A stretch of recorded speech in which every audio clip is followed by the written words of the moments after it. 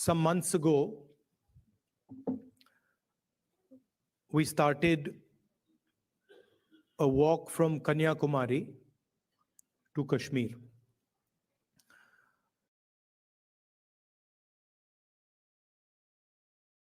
Prior to walking,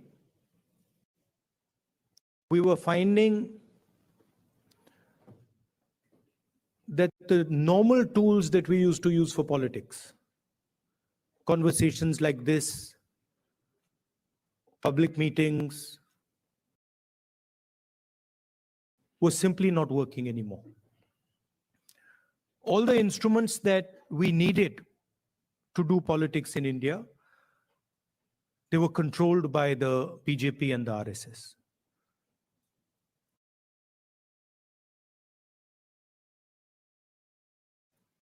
You know, people are threatened. Cases are put on people. Agencies are used on people. So we also are finding that in some way it had become quite difficult to act politically. And that's why we decided to walk from the southernmost tip of India to Srinagar. And when we started, I thought, okay, देखेंगे क्या होता है.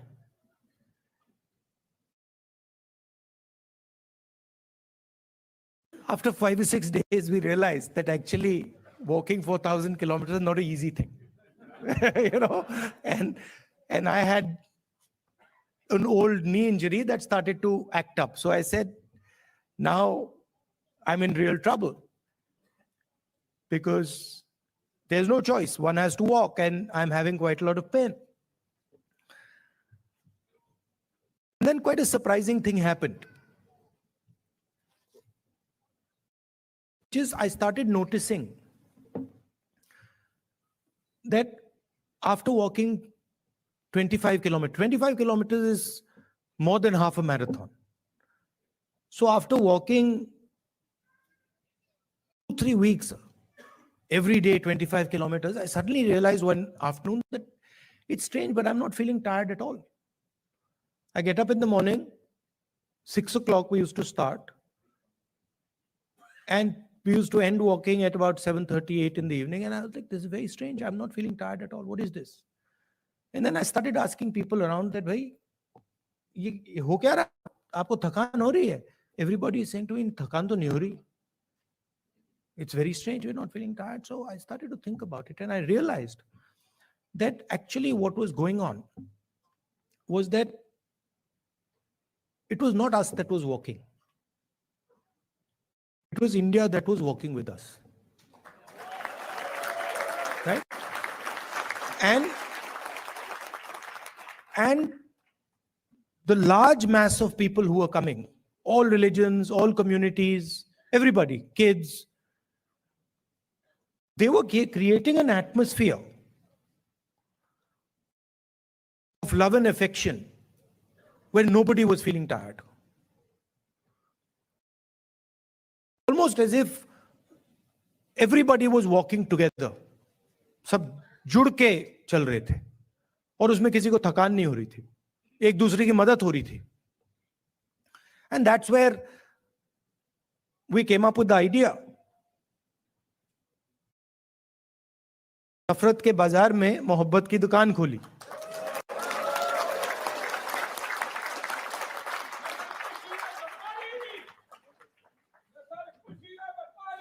Welcome, welcome.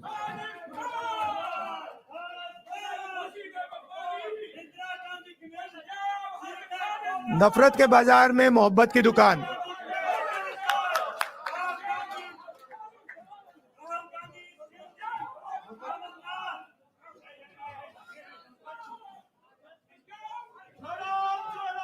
Bharat जोड़ो.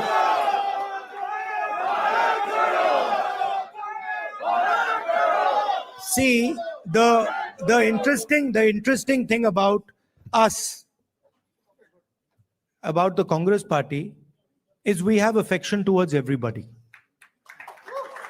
someone wants to, if someone wants to come, and say something, regardless of what they're saying, we're happy to listen to it. We're not going to get angry. We're not going to get aggressive. We'll nicely listen to it. In fact, we'll be affectionate to them. We'll be loving to them, because that's our nature.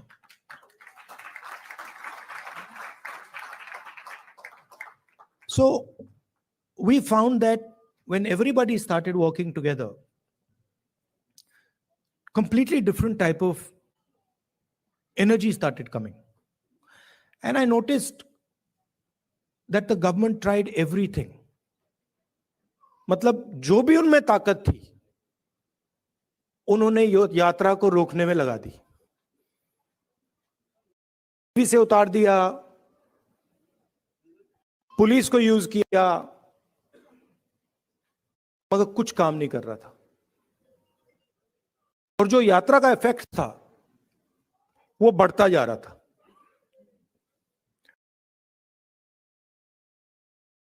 क्यों हुआ? क्योंकि आप सबने हमारी मदद की. सिर्फ not only in India, Bharat Jodo is an idea that is in all your hearts. And it is about respecting each other and being affectionate to each other. It is about not being violent towards each other, not being arrogant. I can see my Sikh brothers here. Your Guru Nanak Ji, his entire life was about this only. That be humble, right? Be humble, be affectionate. And we walk nothing compared to Guru Nanak Ji. I read somewhere that Guru Nanak Ji had gone all the way to Mecca, Saudi Arabia. He had gone to Thailand. He had gone to Sri Lanka. So these giants were doing Bharat Jodo much before we were born. Right? And I can say the same. I can say the same for my friends from Karnataka, Basavana Ji, my friends from Kerala, Narayana Guru Ji. Yeah, so every state in India has had these giants.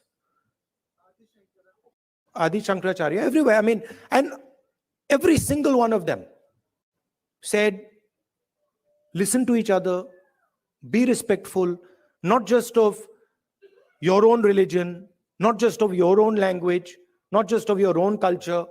Be respectful for all cultures, all religions, all languages, because they are in fact the same.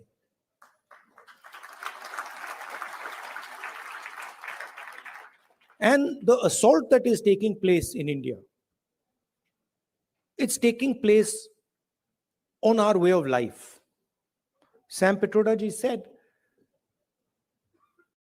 that he grew up with all people living happily. Different languages, different religions. And that is what is being attacked.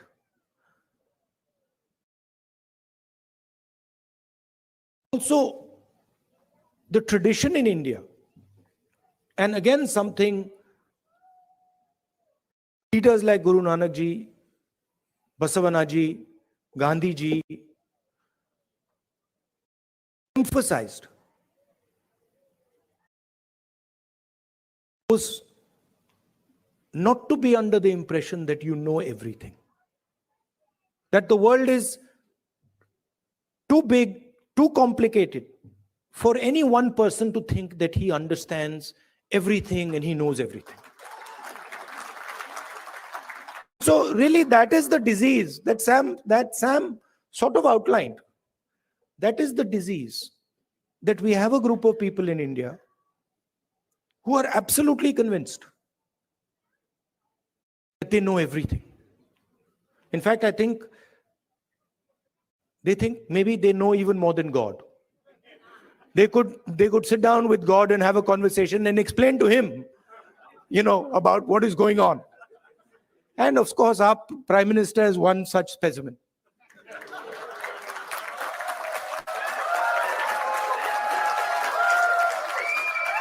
I think if you sat Modi ji down next to God, Modi ji would start explaining to God how the universe works. Right? Yes, and God would get confused that what have I created?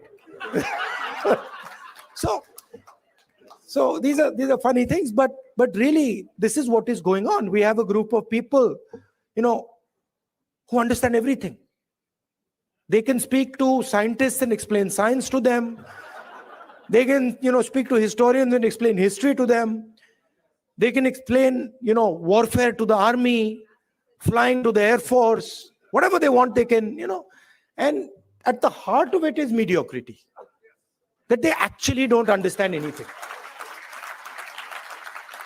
Because in life, you cannot understand anything if you're not ready to listen. There's something, the biggest lesson I learned from Bharat Jodo Yatra, that there is something to learn from everybody. We are much older than those children. But I can guarantee you, they can teach us all how to sing. I was looking at them and I was saying, I can't sing like that. It's impossible. So when you look at another person, you have to appreciate that they have an experience, they have a life, they've seen things, and maybe you can learn a lot from them. Maybe if you open your ears, you can listen to them and learn from them. And that is actually the Indian tradition. If you look at our country, you will find that our country has the ability to absorb any idea that comes. India has never rejected any idea. Everybody who has come to India has been received with open arms, and their ideas have been absorbed in India. And that is the India that we like. India that respects the rest of the world, India that is humble, India that listens, India that is affectionate. And that is the India that you represent. You would not be here if you did not agree with these values. You would, if you believed in anger, hatred, arrogance, you'd be sitting in a BJP meeting. Right? And I would be doing Man Ki Baat.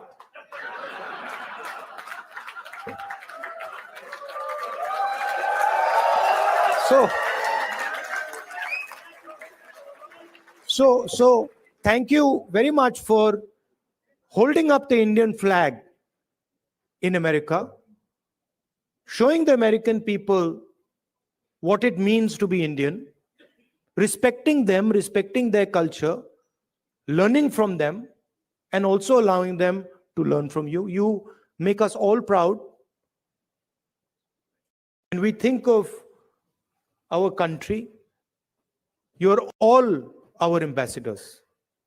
When America says Indian people are extremely intelligent, Indian people are masters of IT, Indian people are respectful, all these ideas that have come, they've come because of you and because of your actions and your behaviors. So I thank you very much for that.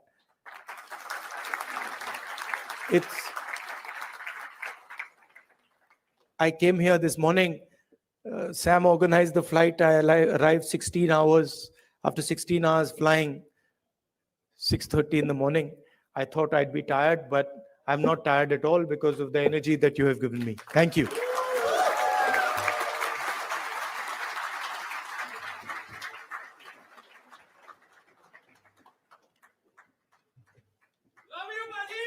Love you, love you. Now they've asked me to answer your questions. Yes. See that few questions. That also would not happen in a BJP meeting. Yes. No questions there. Only answers. Thank you. Yeah. Thanks, everyone. Could you please sit down? Thank you. Thank you. So we have many organizations which support. 4 or 5 questions. Yes, sir. Okay, quick. Yes. Or opinions. It doesn't, whatever. Yes. But So when we you have. ask people questions, they automatically assume opinion is included. Yes. So we have women who played major contribution for this program to be successful. We have women empowerment organization which helped us to make this event successful. So they have a question specific to women, and I would request Ms. Jhansi Reddy garu to ask that question. Mic. Just give me the other mic. Welcome, Rahul ji, for California. And as a Women Empowerment Telugu Association, my name is Jhansi Reddy. So I would like to ask you 2 questions regarding this women bill that has been, in the court for almost more than half a century. So when the Congress comes in power, Which women's bill? the women's reservation rights. So that bill has been there for more than a quarter century. So as a Congress leader, what is your thoughts on it and how are you going to deal with it? That's of my first question. The second question is, in India, it's very hard for a woman for the safety issue. So what are we going to, offer our next generation of the girls in India? Thank you. So on the women's reservation bill, we are committed to that.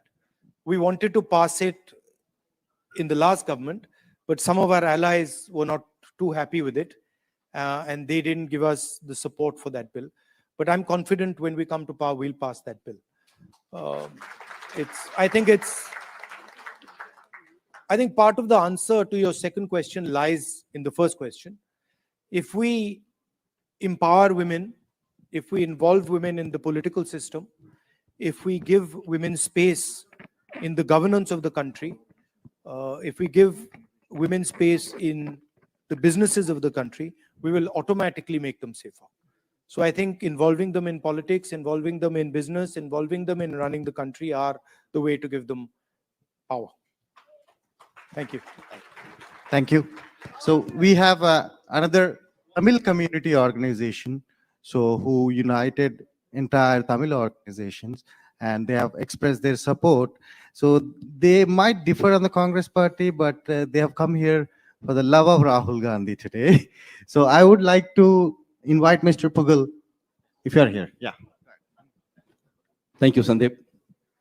Hello, Rahulji. My name is Pugal Anbu. I'm the president of Indo-American Society for Science, Reason, and Free Thought. I also represent Tamils who live in Bay Area. On behalf of our people and on behalf of people who believe in science, reason, and free thought, I would like to point out we are honored, humble, and most truly proud of your journey about opening up the shops of love on the streets of hate all over the India. Tamils have long tradition of harboring brotherhood mindset throughout their civilization. 3,000 years ago, our forefathers said, "Yadum ure yavarum 𝐀𝐓𝐕 𝐍𝐞𝐈𝐬 𝐂𝐡𝐚𝐧𝐧𝐞𝐥." Translation: all human beings are created equal, and every town is our town, everybody is our relative. To us, India is like European Union, with each state having its own language, its own tradition, its own festivals, its own cuisine, dress code, way of living, etc., etc. They are all different, yet we live under one called India. Therefore, it is deeply saddening to us when someone from the union government trying to impose one language, one culture, one tradition, one religion, one school, etc. Recognizing this diversity to make India a robust country, our beloved leader, the Dravidian icon, former Chief Minister Dr. C.N. Annadurai proclaimed, both in Parliament and in public forums, for Manilathil Suyachi Mathiyil Kootachi, which means autonomous rule at the state level and federal rule at the union level. Dear Rahulji, you have studied in America and you have traveled within United States extensively, and you know much better than anyone else in this room that America is the best example of federalism. Each state has its own constitution, its own Supreme Court apart from federal laws. Whereas in India, Congress party did have its own share of problems in the past. But the times have changed. The new thinking has emerged, and you are the epitome of the new thinking. You are the beacon of hope and the streets of hate in India. Therefore, my question to you is that, like United States of America, what's your thought on making India as a true United States of India? Thank you, Jay. If you read our constitution, the definition of India in the constitution is a union of states. And within our constitution is the idea that the languages, cultures, histories of each one of our states has to be protected under the union. So what you're talking about is already incorporated in our constitution. It's already there. The BJP and the RSS are attacking that idea that you mentioned, and also the Constitution of India. That's the fact. Now, for me personally,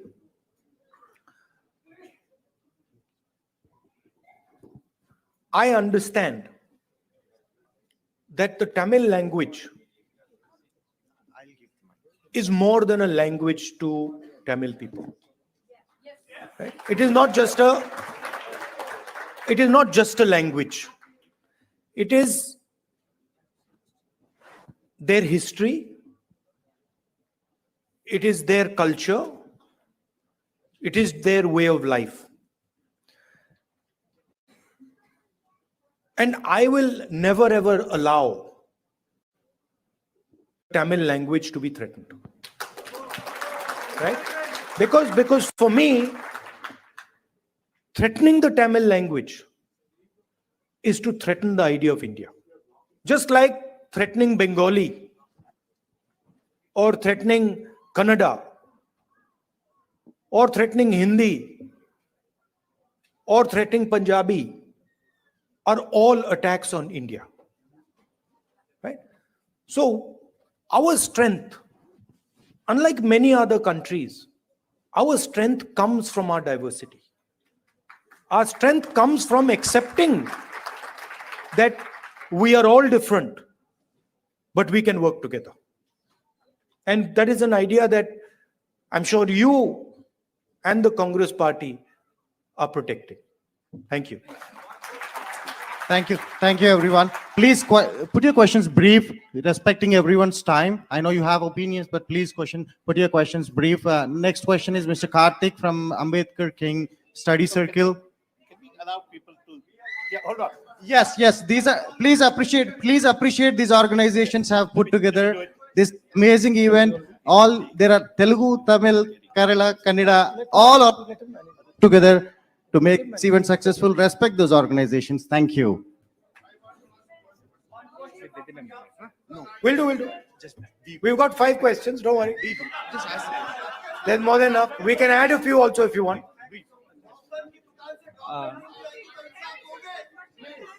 Hello Rahul ji, I am Ganapati from the Ambedkar King Study Circle. First of all, welcome to San Francisco Bay Area. We wholeheartedly thank you for taking up the fight against the fascism. So this rise of fascism is not a mere coincidence. So we believe in the social and the economic equality in the society, and the inequality actually creates a conducive environment for fascism to emerge.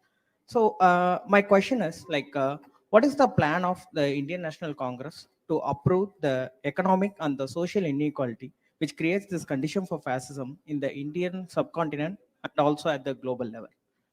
One of the things that we are suggesting is when we were in government, we had carried out a caste census. And the idea behind the caste census was to take an X-ray of Indian society, right? To find out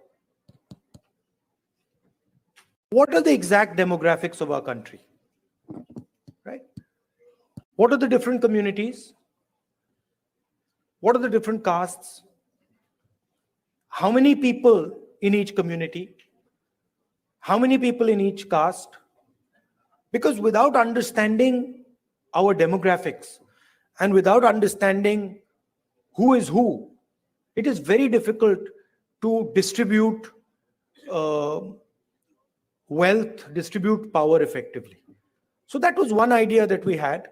And we've been putting pressure on the BJP to release the caste census, the numbers in the caste census. They are, of course, not doing it. And we'll continue to apply pressure. And if we come to power, we will do that. But we are committed as the Congress party to make India a fair place. And we understand deeply that India today, in terms of its treatment of Dalits, tribals, poor people, minorities, is not a fair place, right? And there's many things that can be done. There is the Nyay scheme that we had, which was aimed at providing a minimum income to all Indians. There are ideas like Manrega. I think an increase in public education, increase in public health care. I think these are all that can be done to make India a much more equal and fair place. Thank you. Thank you. We have our next question from Silicon Valley Christian community, Mr. Jay.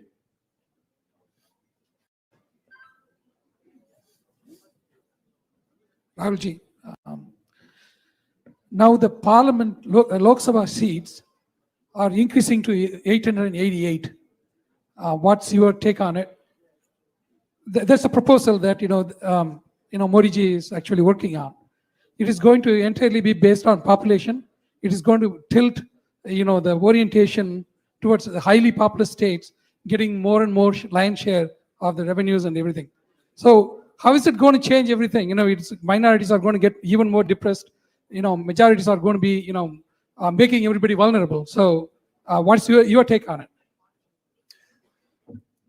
I'd have to look at exactly how they're thinking about doing it. But I think one has to be very careful when one changes the representative structure of a country. So I'd be quite interested in understanding exactly how they've come up with the number 800 and what are the criteria that they're using. These things should not be done flippantly. India is a conversation. India is a negotiation between its languages, between its people, between its histories and cultures. And that negotiation has to be fair. Meaning all parts of India, all the states of India should feel that there is fairness in the process of negotiation. If I see exactly how they're coming up with 800 and what is the design, then I would be able to answer whether I agree with the number 800, but I haven't seen the way they're calculating it. Thank you. Yes. Yeah.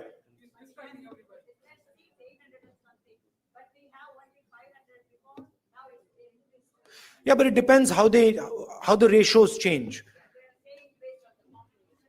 Yeah, it is currently based on the population, but you'll have to see how the ratios change.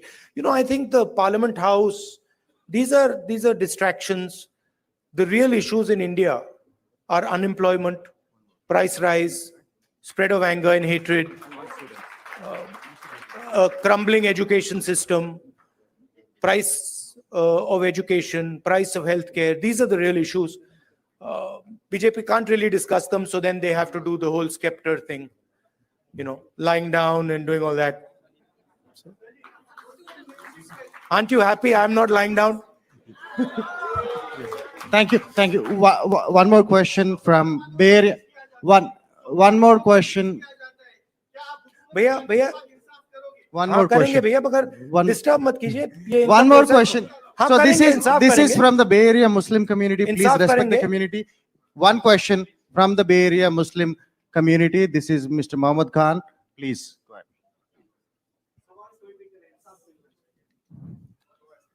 मिलेगा. Rahul ji, thank you so much for coming all the way here. आपने जो ये नफरत के बाजार में मोहब्बत की दुकान खोली है, उसका बहुत बहुत शुक्रिया. I think this is something which we were starving for as Muslims from the Bay Area. We all want to thank you for your time and for your efforts in coming all the way here. As you know that, Muslims have the security threat today. It was never before. The way we see today, like whenever we call and talk to anybody, it's like, kya ho raha hai yahan pe? What's going on? There are so many different laws which are getting implemented, which were not even implemented earlier. If it is just of the security, it's okay. But then if it goes on and on, like inching up, le lijiye, Musliman bachon ko jo hai, they are putting in the jails for the crimes which they have not committed. What strategy will you adopt, or what hope are you giving to Indian Muslims, which is going to change the whole thing back to the point where we were and get back to the normal stream to develop India? The best way for me to explain that is the line, Mohabbat ki dukaan. That is the best way I can say it, which is that it is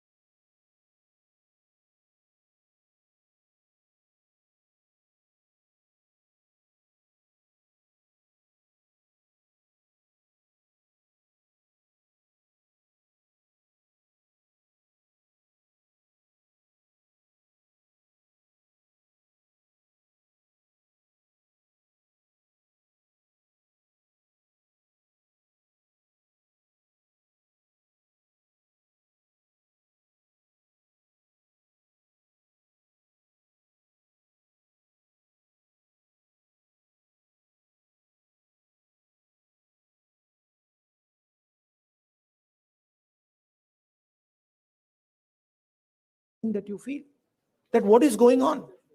How is it that these 5 people have lakhs of crores and I have nothing to eat, right? So you feel it most because it is directed at you most aggressively. But it is a phenomena that is taking place against everybody in India, right? And you cannot cut hatred with hatred. It's impossible, right? You know that. You can only cut hatred with love and affection. And I was surprised at how easy it was to erase hatred in India. I was shocked. I didn't imagine that भाई इधर से उधर चलने से इतना असर पड़ेगा. I didn't imagine it. Right? Indian people as you yourself have said, they don't believe in this stuff. They don't believe in hating each other. They don't believe in killing each other. This is a small group of people who have got control of the system, who've got control of the media, and who are fully supported by, big money, right? But this is not the large mass of Indian people. I can guarantee you, I walked from Kanyakumari to Kashmir. I can guarantee you there are more people who believe in love and affection than hatred. Millions and millions more. So don't be pessimistic. Also, I'd like to point out another thing. This happens periodically in India.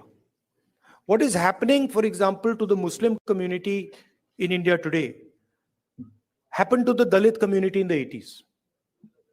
If you went to UP in the 80s, the Dalit community, what is happening with the Muslims was happening with the Dalits there. So periodically this type of stuff happens and we have to challenge it, we have to fight it, and we have to fight it with affection, not fight it with hatred.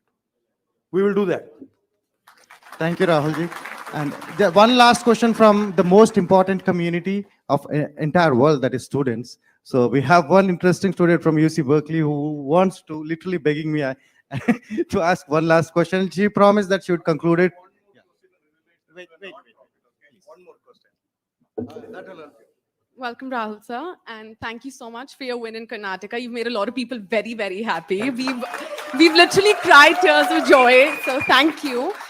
So my question for you would be, we have a lot of students who helped out here today. We really feel passionately for your cause, and which is our cause now.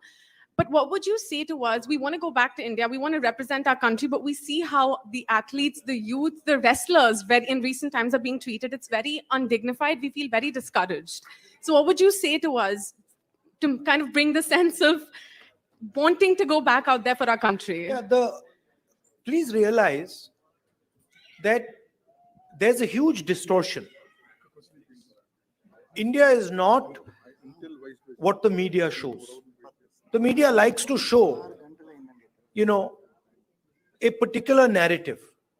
It likes to promote a particular narrative. That is actually not what is going on in India, right? It was very clear to me in the Yatra. It's in the media's interest to project these things. It helps the BJP, right? So don't think that everything you see in the media is the truth. And as a young person, your country needs you, right? And your skills and your energy will be very useful to your country. So if you feel like going back, do go back and help out. Thank you. Thank you, Rahulji. Thank you. And I picked up Rahulji somewhere in the morning, 8 o'clock. It's 8 o'clock. So please. 1 minute. So let me conclude it, right? He's a normal human being like us. He's not superhuman. He's normal.